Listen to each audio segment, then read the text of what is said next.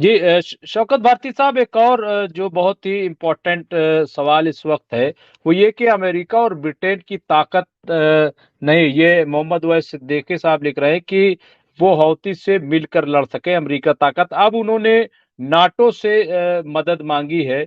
तो क्या आपको लग रहा है कि नाटो जो है वो यहाँ पे आएगा?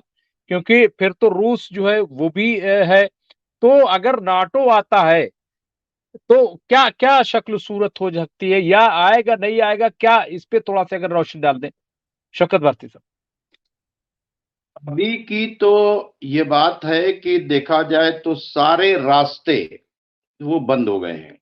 टोटल रास्ते, यानी सुलह का कोई रास्ता आपको कहीं पर नहीं दिखाई दे रहा है सिवाय जंग के। और जंग बाकायदा तौर के ऊपर यमन के अंदर जो है वो छिड़ चुकी है। ठीक है।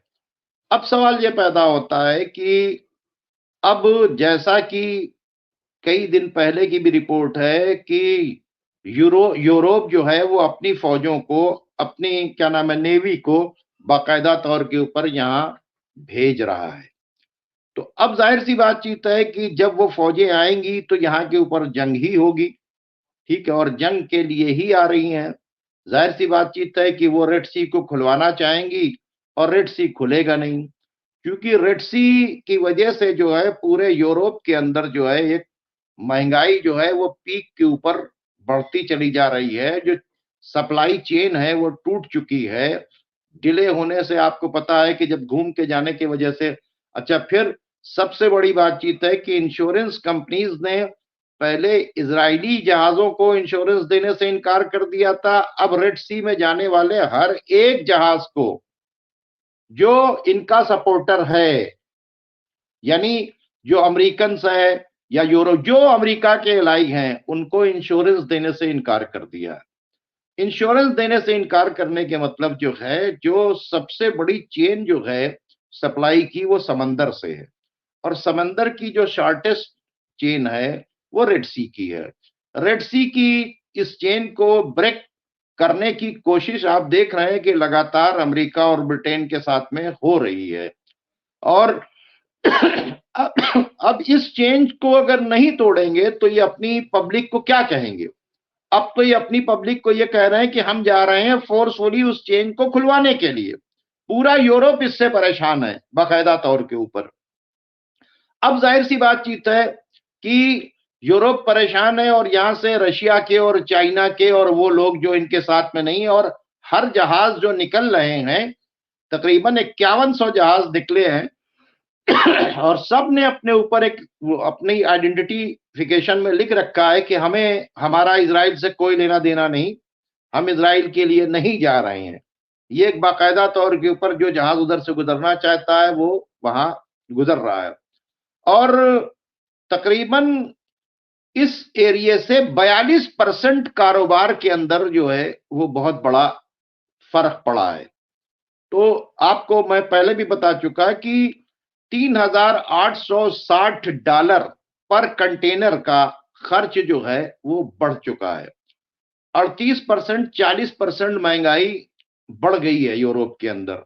तो जाहिर सी बातचीत है कि अब दो ही रास्ता है, या तो ये गजा की लड़ाई को रुकवा दें या फुल फ्लैश आए।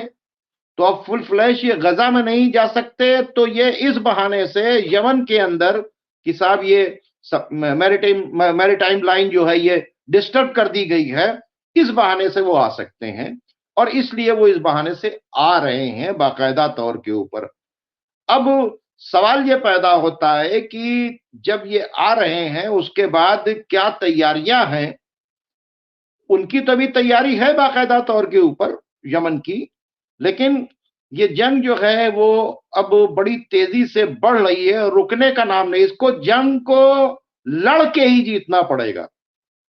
और इसी वजह से आप देख रहे हैं कि बाकायदा तौर जी के जी। ऊपर लेबनान के बॉर्डर पे भी जंग शुरू हो गई है, और हमास ने भी अटैक्स बढ़ा दिए हैं। और क्या कहते हैं, यमन ने तो अपना, हौती जो अपना काम कर रहे हैं वो तो कर ही रहे हैं। इस्लामिक रेजिस्टेंस ने भी, वो कहने के बावजूद भी कि अमेरिका वहां से निकल जाएगा, और सबसे पहला काम जो होना है इसमें सीरिया और इराक से एज सुन एज पॉसिबल अगर वहां से अमेरिकन बेसेस हट जाती हैं तो ये एक बहुत बड़ा रोल होगा। शौकत भारती साहब, ये बिल्कुल सही आप कह रहे हैं, लेकिन जंग बढ़ रही है तो अब ये खबर आ रही है, रेहान सिद्दीकी और कुछ और लोगों ने भी ये चीज लिखा है कि क्या अमेरिका और बर्तानिया अब न्यूक्लियर बॉम्ब की तैयारी कर रहे हैं। और फिर अगर ऐसा होता है तो क्या अब हम ये मान लें कि ये वाकई जंग जो है वो तीसरे महायुद्ध या थर्ड वर्ल्ड वॉर की तरफ बढ़ रही है। कैसे इसको देखेंगे, क्योंकि कहीं अब कुछ शक्ल नजर नहीं आ रही। क्या क्या लग रहा है आपको, क्या शक्ल सूरत होगी? देखिए, एक तरफ उधर ताइवान के तरफ टेंशन बड़ी स्पीड से चल रहा है, दूसरे नॉर्थ कोरिया साउथ कोरिया की तरफ आप देख रहे हैं कि बड़ी स्पीड से टेंशन चल रहा है। फिर उसके बाद जो है नाटो फोर्सेस ने बाकायदा तौर के ऊपर रशिया के खिलाफ मोर्चा खोल दिया है। रशिया ने बाकायदा तौर के ऊपर अपने जितने एटॉमिक वेपन्स जो हैं उनको तैनात करना तकरीबन 15 दिन पहले से शुरू कर दिया बाकायदा तौर के ऊपर। रशिया के अंदर भी अटैक्स हुए, उसके अंदर उनकी ऑयल रिफाइनरी उड़ाई गई और भी उनके कई जगह के ऊपर अटैक्स हुए हैं। तो ये यूक्रेन में इतनी दम नहीं, यूक्रेन खत्म हो चुका था, लेकिन फिर से नाटो ने बाकायदा तौर पर, अमेरिका बाकायदा तौर के ऊपर यूक्रेन को मदद करने के लिए अब क्या कर रहा है, चंदा कर रहा है। वो ये चाहता है कि यहां पर किसी भी तरह से रशिया आ नहीं पाए।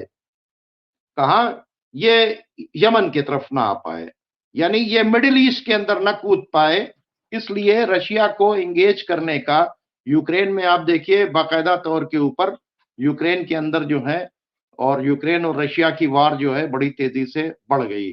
तो अब सवाल ये पैदा होता है कि इसमें जो रोल देखना होगा कि टर्की का क्या रोल है मिडिल ईस्ट में। अगर नाटो को अगर आप देखना चाहते हैं तो दो चीजें देखना होगा।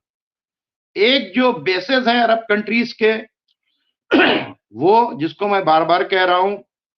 दूसरे, नाटो का जो मेंबर है टर्की, और जो एटॉमिक एक इनका सेंटर है वो टर्की के अंदर भी बना हुआ है, जहां के ऊपर बाकायदा तौर के ऊपर जब प्रोटेस्ट हो रहा था और टर्की के अंदर, तो पब्लिक वहां के ऊपर वहां तक चली गई थी और बाकायदा तौर के ऊपर वहां पर पुलिस पावर यूज करने के बाद ही उसको सेव किया जा सका था। तो ये जो सारी चीजें हैं, तो इसमें अब ये देखना है कि नाटो का क्या रोल तो है, लेकिन नाटो के साथ में इसमें हमारे टर्की का क्या रोल रहेगा, अरब कंट्रीज का क्या रोल रहेगा।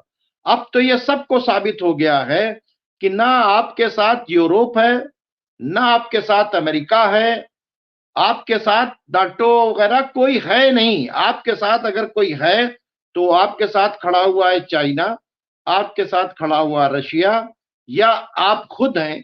ठीक है, इसके अलावा आपके पास कोई है नहीं इस एरिया के अंदर। ये आपको ही लड़ना है, आपको ही फैसला करना है, आपको ही इस जंग को लड़ना है।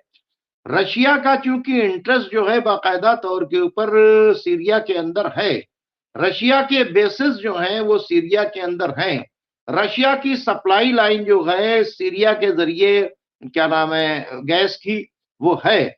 लेकिन रशिया को जिस तरह से यूक्रेन के अंदर उलझाया गया है और उसके बाद बाकायदा तौर के ऊपर जंग को बढ़ाया जा रहा है, रशिया कितनी फोर्स जो है वो यहाँ पे स्पेयर कर सकता है यहाँ के लिए, ये सबसे बड़ा पॉइंट ये है। जाहिर सी बातचीत है कि जंग के अंदर जब इतने कंट्रीज से आपकी जंग होगी तो वो टेक्नोलॉजी के अंदर, ठीक है, उनकी फोर्सेस जो है ग्राउंड के ऊपर लड़ने की ताकत नहीं है, उनके हौसले नहीं है कि वो यमन से लेकर जो ईरान तक फैली हुई किसी जो फोर्स का वो मुकाबला कर लें, वो बिल्कुल नहीं है। 10% भी उनके अंदर मुकाबला करने की ताकत नहीं है। लेकिन उनके पास सैटेलाइट की पावर है, उनके पास इंफॉर्मेशन की पावर है, उनके पास इंटेलिजेंस की पावर है। जब पूरी दुनिया की इंटेलिजेंस आपके साथ में जो है रशिया और चाइना है, रशिया अगर यूक्रेन के अंदर अगर नहीं फंसा होता तो इतनी हरकत जो है मिडिल ईस्ट में करने की ये हिम्मत नहीं करते। लेकिन फिर भी ये लोग उसका पूरे तरीके से इंतजाम कर रहे हैं और बाकायदा तौर पे इसकी भी स्ट्रेटेजी चल रही है। रोल ये है इसके अंदर, मैं बार बार कहता हूं कि इसमें सबसे बड़ा रोल दो चीजों का है। ये दो चीजें अगर डिस्टर्ब ना हुई, एक टर्की और दूसरे इनके बेसेस अगर ना इस्तेमाल हो, और ये बेसेस जो हैं इन लोगों को दे दे, जो इस्लामिक रेजिस्टेंस या इस तरह के ग्रुप्स को या हौती को, ये यहाँ के ऊपर बेसेस अगर दे दें, तो फिर इनकी हैसियत नहीं है कि यहाँ के ऊपर घुस सकें। तो बेसिस से या तो फिर ये कहते हैं कि हमारे बेसिस इस्तेमाल नहीं होंगे। जिस तरह से इराक ने फोर्सफुली अपने यहां से अमेरिकन को हटाया है, ओआईसी भी जो है अपने यहां से इन बेसिस को हटवाए, और यहां से अमेरिकन फोर्सेस, अगर अमेरिकन फोर्सेस इस वक्त जो सारा गेम जो है वो अरब कंट्रीज के हाथ में, एक तो अपनी बेसिस को इस्तेमाल ना होने दें और बेसिस को यहां से खाली करवाएं। दूसरी बातचीत है कि सप्लाई लाइन जो है वो जो भेज रहे हैं बाकायदा तौर के ऊपर इजराइल के लिए, उसको रोक दें, एयर स्ट्रिप ना इस्तेमाल होने दें, तो इनको जंग करने की जरूरत ही नहीं पड़ेगी। ये बगैर जंग लड़े हार जाएंगे, ये कुछ नहीं कर सकते वहां के ऊपर। लेकिन हम तो देख रहे हैं कि जैसे मालूम हुआ कि ओआईसी को सांप सूंघ गया हो, और मतलब कुछ मतलब ही नहीं हमसे, बिल्कुल साइलेंट मोड के अंदर अपने आप को बैठे हैं, ना इनकी कोई मीटिंग हो रही है। जब इंटरनेशनल कोर्ट ऑफ जस्टिस का ये फैसला आ गया, तो उसके बाद तो अब आपके पास तो कुछ नहीं बचा ना, अब आपके पास तो कोई अदारा नहीं बचा ना। अगर देखा जाए तो आपको किसी की मदद नहीं मिली ना, तो आपको अपनी मदद करनी होगी। जिस तरह से हमास ने अपनी मदद अब खुद की, जिस तरह से हिजबुल्लाह अपनी मदद खुद कर रहा है, जिस तरह से हौती अपनी मदद खुद कर रहा है, जिस तरह से ईरान अपनी मदद खुद कर रहा है, वैसे आप सब लोगों को एक ग्रुप बना लेना चाहिए। और जिस दिन ये ग्रुप आप बना लेंगे, किसी की औकात नहीं है। जिस दिन ये ग्रुप बना लेंगे, उस दिन किसी की हैसियत नहीं है कि वो मिडिल ईस्ट के अंदर जो है पत्ता भी नहीं पड़क सकता। लेकिन इतनी बड़ी पावर रखने के बाद भी क्या नाम है, टर्की का अभी तक कोई डिसीजन ना लेना और कुछ नहीं बोलना, ये बड़ा डाउटफुल है। टर्की को इसके अंदर इंटरवीन करना चाहिए। अब इससे ज्यादा खराब वक्त क्या होगा। शौकत भारती साहब, एक और खबर, इंडिया भारत जो है, उन्होंने कहा कि 1988 के बाद पहली बार नाटो की सेना करीब 90,000 रशिया बॉर्डर पर जंगी मश्क कर रही हैं, और सारे हथियार साजो सामान पहुंच चुके हैं। और 20 साल बाद अमेरिका ने न्यूक्लियर हथियार बर्तानिया भेजने का ऐलान कर दिया है। ये जो है, इसको किस तरीके से, खास तौर से ये जो, क्या ये सही ये है कि 90,000 जो ये है? एक हफ्ते पहले से प्रैक्टिस शुरू हो गई है नाटो की। वो बता रहे हैं कि ये हमारी प्रैक्टिस जो है वो रशिया के खिलाफ है, ये रशिया के खिलाफ है हमारी, ठीक है, और हम यूक्रेन को खाली कराएंगे। ठीक है, ये जो प्रैक्टिस की जा रही है ये बिल्कुल सही न्यूज है, ये आज की न्यूज नहीं है, ये न्यूज हो गई एक हफ्ते की। तकरीबन 5 दिन पहले मैंने इस न्यूज को देखा था, और वो उन्होंने शुरू कर दिया है। लेकिन रशिया ने भी बाकायदा तौर के ऊपर, उन्होंने अपने न्यूक्लियर पावर्स को बाकायदा तौर के ऊपर बड़ी उसमें जो है फैला दिया, और उन्होंने कहा है कि हमको अगर जरा सा भी ये होगा, तो हम इससे पहले कि ये हमला करें, हम इस पे हमला करके इनको बर्बाद कर देंगे। ये जो चाहे जितनी प्रैक्टिस कर लें, ये इनकी बर्बादी के वक्त आइए। ये तो बात सच है कि हम थर्ड वर्ल्ड वार की तरफ जा रहे हैं, लेकिन एक बात बता दें, वो पुतिन है, वो कोई हल्के वो नहीं है।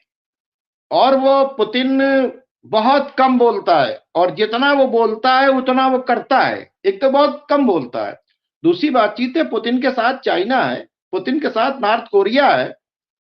तो ऐसा नहीं है कि क्या नाम है, ये नाटो जो है वो सब कुछ है। नाटो की भी अपनी पावर समझ में आ जाएगी। इस वक्त जो है चाइना और रशिया जो है वो छोटा पावरफुल नहीं है मामला। और जाहिर सी बातचीत है, अगर एक साथ जंग होगी ना, तो फिर वो यहाँ के ऊपर भी इनके बेसिस को उड़वाएंगे। यहाँ पे नेटो के जितने बेसिस हैं, नेटो के बेसिस क्या यहाँ के ऊपर नहीं है क्या? यहाँ समंदर के अंदर बहुत से बेसिस है नाटो के, तो उनको भी उड़वाएंगे। तो आफ्टर ऑल हम पीस की तरफ नहीं जा रहे हैं, हम जंग की तरफ जा रहे हैं। पीस का कोई रास्ता नहीं है, कोई रास्ता नहीं ये पीस का इस शौकत भारती वक्त। साहब, वजीउद्दीन अंसारी साहब ने एक सवाल किया और मैं समझता हूँ कि ये आखिरी सवाल, और भी देखते हैं। अगर एक सवाल ये किया कि ईरान को तो अब ओआईसी से अलग हो जाना चाहिए, इस पर भारती साहब रोशनी डालें। ये उनका मामला ये है कि भाई कॉमन मिनिमम प्रोग्राम पर ठीक है, हम अपनी बात रखते रहेंगे, हम सब कुछ करते रहेंगे, और जाहिर सी बातचीत है, ऐसी पोजीशन कर देंगे कि ये खुल के या उधर आ जाएं या साइलेंट बैठ जाएं। ईरान को इसमें से ये नहीं करना चाहिए कि अलग हो जाए। ईरान ने इनके साथ रहकर, इनके यहां जाकर, इनकी बातें करके इनको एक्सपोज कर दिया। आप बताएं कि आज से 3 महीने पहले जब हम लोग बात करते थे, और आप समझ लीजिए कि जरा सा सऊदी के खिलाफ कुछ बोल देते थे या टर्की के खिलाफ बोल देते थे तो कमेंट्स के अंदर एक बारिश होने लगती थी, ठीक है। आज क्या हुआ कि ये सब एक्सपोज हो गए धीरे धीरे। और वो जो वीडियोस, जो बहुत से जो मुल्लाओं के, जो सेल्फी मुल्लाओं के जो वीडियो, पेट्रोल डॉलर पर पलने वालों के जो वीडियोस आ रहे थे बाकायदा तौर के ऊपर, वो अब बंद हो गए, काफी कम हो गए। पुराने वीडियो, नए वीडियो नहीं आ रहे हैं। उसके अंदर यही सब चल रहा था, ईरान ने फंसवा दिया, ईरान मरवा देगा और ये करेगा वो करेगा, पूरे अरब कंट्रीज को बर्बाद करना चाहता है, इसलिए उसने ये जंग छुड़वा दी। तो इस तरह की बातें। आज क्या हो रहा है, वो खेल खत्म हो गया है। और आप ये देखिए, अभी तक इनके बेसिस से यमन पे हमला ना होना, वरना पता नहीं कब से इनके बेसिस, ठीक है इनकी एयर स्ट्रिप इस्तेमाल हुई, लेकिन इनके बेसिस से हमले नहीं हुए। ये एक बड़ा वो है। दूसरी बातचीत है, फिलिस्तीन के फेवर में आवाज ही सही, ज्वाइंट एक आवाज उठी, उसके अंदर कोई रिफ्ट नहीं हुआ। और फिर कोई सख्त बयान उनका ईरान के खिलाफ नहीं आया, जैसे कि फौरन आ जाता था। अरब रूलर्स जो हैं फौरन जो है सारी बुराई का जिम्मेदार जो ईरान को डाल देते थे, ठीक है, वो नहीं हुआ। दूसरी बातचीत है, ये टर्की जिसने तमाम टेररिस्ट जो थे आईसिस के, जो वही उसी के बॉर्डर से गए थे, आज टर्की ने इस बात को कहा कि अमेरिकन बेसेस वहां से हटनी चाहिए, ठीक है। दूसरी बातचीत है कि नहीं, ये आईसिस को यहां से खत्म होना चाहिए। तो ये जो चीजें हैं, तो हम हमारे हिसाब से बिल्कुल नहीं हटना चाहिए था और इनको चीजों को। वजह क्या है, धीरे धीरे क्या हो रहा है कि खुद इनकी पब्लिक इनको समझ रही है। ना सिर्फ, मैं बार बार कहता हूं कि पूरी दुनिया की जो ओपिनियन है वो इस वक्त इनके मतलब खिलाफ हो गया है। और बाकायदा तौर के ऊपर जो है अ, इनके इनको हर तरफ से जो है बहुत कुछ सुनना पड़ रहा है। अभी तो हालात ये हो गए, आपको बताएं, मैंने रियूटर की एक न्यूज देखी तो मेरे पैर के नीचे जमीन निकल गई। सऊदी ने और यूएई ने बाकायदा तौर के ऊपर वहां पर शराब की दुकानें खोलने के लाइसेंस देने शुरू कर दिए। अब जब हंगामा हुआ सऊदी अरब के अंदर, तो उनका नहीं नहीं, यहाँ पे जो डिप्लोमेट्स आते हैं ये उनके लिए है, ये दुकान से मतलब यहाँ वाले नहीं, सऊदी सिटीजन नहीं लेंगे, ये डिप्लोमेट। आप क्या कर रहे हैं, वहां नाच गाने का इंतजाम कर रहे हैं, वहां तमाम जो है क्या नाम है, हर तरह के जो है क्या कहते हैं म्यूजिक फेस्टिवल करवा रहे हैं, न्यू सिटी बना रहे हैं, शराब की दुकानें खोल रहे हैं। तो अब हम क्या बताएं कि क्या क्या हो रहा है वहां के ऊपर। लेकिन ये अब पब्लिक को समझ में आ गई। और वो जो पेट्रोल डॉलर के पे पलने वाले जो लोग थे, जो इनको क्या नाम है बाकायदा तौर पर डिफेंस कर रहे होते थे, और अगर आप उनको कुछ बोल दीजिए तो कहते थे अच्छा अच्छा अच्छा, आप सुन्नियों के खिलाफ हैं, मतलब यानी सऊदी अरब के खिलाफ के मतलब जो है वो आप सुन्नियों के खिलाफ हैं, आप मसलकी बातचीत कर रहे हैं। मतलब इस तरह की जो बातें करते थे वो उनके मुंह बंद हो गए हैं। तो वक्त आएगा, वक्त आएगा, ऐसा नहीं है, हमें नाउम्मीद नहीं होना चाहिए। वक्त आएगा जी जल्दी ही। और जी बिल्कुल उनको शौकत भारती साहब। जी बिल्कुल, और मैं समझता हूँ कि टाइम भी हमारा हो गया है जी और जी यहीं पे हम प्रोग्राम को रोकेंगे और शुक्रिया अदा करेंगे तमाम जो हमसे लोग जुड़े। काफ़ी अच्छे सवाल, और मैं समझता हूँ कि जो सूरत हाल है उस पर तफ़सीली जो है बातचीत और अपडेट हो गई है। तो मैं शौकत भारती साहब आपका और जो हमसे लोग जुड़े हुए हैं, उनका भी बहुत शुक्रिया, ख़ास तौर से उन लोगों का कि जो हमें अपडेट भी करते हैं और जो सवालात करते हैं, वो लोग भी उनका भी मैं शुक्रिया अदा करता हूँ। तो आप तमाम हज़रात जी का बहुत-बहुत जी, शुक्रिया। बहुत बहुत शुक्रिया आपका भी और तमाम नाजरीन का भी बहुत बहुत शुक्रिया, शुक्रिया। शुक्रिया।